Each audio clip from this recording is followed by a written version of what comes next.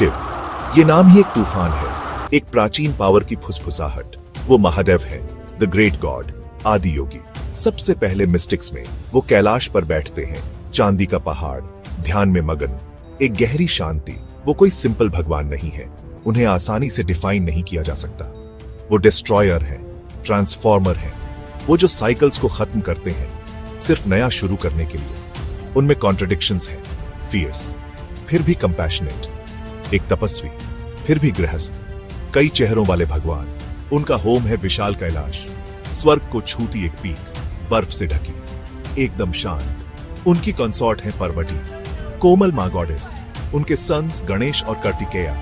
वो उनके divine family को पूरा करते हैं, फिर भी वो अक्सर अकेले घूमते हैं, एक योगी, दुनिया से डिटैच्ड। उनकी प्रेजेंस जबरदस्त है। शिवा को समझना की है, तांडवा को समझने की की। उनका डांस सिर्फ मूवमेंट नहीं है, ये एक कॉस्मिक स्टेटमेंट है, उनके अस्तित्व का रिफ्लेक्शन, उनकी पावर का, उनके पर्पस का। वो है lord of the dance, Nataraja, the cosmic dancer. उनकी शक्ति देखने के लिए तैयार हो जाइए। इमेजिन करो एक विशाल खुली जगह, शायद कोई क्रिमेशन ग्राउंड, जहां लाइफ अपने अंत से मिलती है। कैलाश एकदम भव्य और विशाल। शिवा नाचने की तैयारी कर रहे हैं, तंदावा शुरू होता है, उनकी जटाएं बेतहाशा उड़ रही हैं। एक हाथ में डमरू है, क्रिएशन का ड्रम, दूसरे हाथ में फायर है, डिस्ट्रक्शन की ज्वाला। ये मोशन में यूनिवर्स है, क्रिएशन और डिस्ट्रक्शन।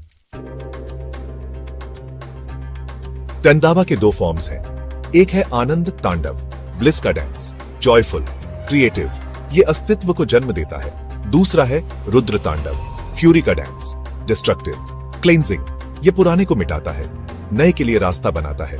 हर एलिमेंट सिंबॉलिक है। डमरू, उनका छोटा ड्रम, उसकी साउंड, AUM, ही क्रिएशन है, पहली कॉस्मिक वाइब्रेशन।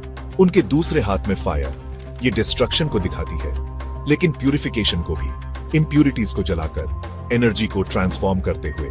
ये साइकिल चलता रहता है। उनके नाचते हुए पैर के नीचे एक छोटी कुचली हुई फिगर है, ये है अपासमारा, इग्नोरेंस का डीमन, ईगो का, भूलने की बीमारी का। शिवा उसे कुचलते हैं, लेकिन मारते नहीं। इग्नोरेंस को कंट्रोल करना चाहिए, पूरी तरह से मिटाना नहीं। एक गहरा कॉस्मिक लेसन। उनका उठा हुआ सामने का हाथ अभय मुद्रा दिखाता है, फियरलेसनेस का जेस्चर, डरो मत, ये कहता है। डिस्ट्रक्शन के बीच भी प्रोटेक्शन है। उनके लहराते हेयर पवित्र गंगा को दिखाते हैं, प्यूरिटी का सिंबल और कभी न खत्म होने वाली लाइफ फोर्स। सेक्शन 4, पूरे ब्रह्मांड में गूंज तांडवा का कॉस्मिक इंपैक्ट। जब शिवा तांडवा करते हैं तो पूरा कॉस्मोस रिस्पॉन्ड करता है। ये कोई लोकलाइज्ड इवेंट नहीं है, इसकी वाइब्रेशंस सभी डिमेंशंस में पूरे टाइम में फैलती हैं। स्टार्स अपने रास्ते पर कांपते हैं, गैलेक्सीज इसकी रिदम पर घूमती हैं। रियलिटी का ताना बाना खींचता है और फिर से बनता है। तांडवा कॉस्मिक ऑर्डर बनाए रखता है।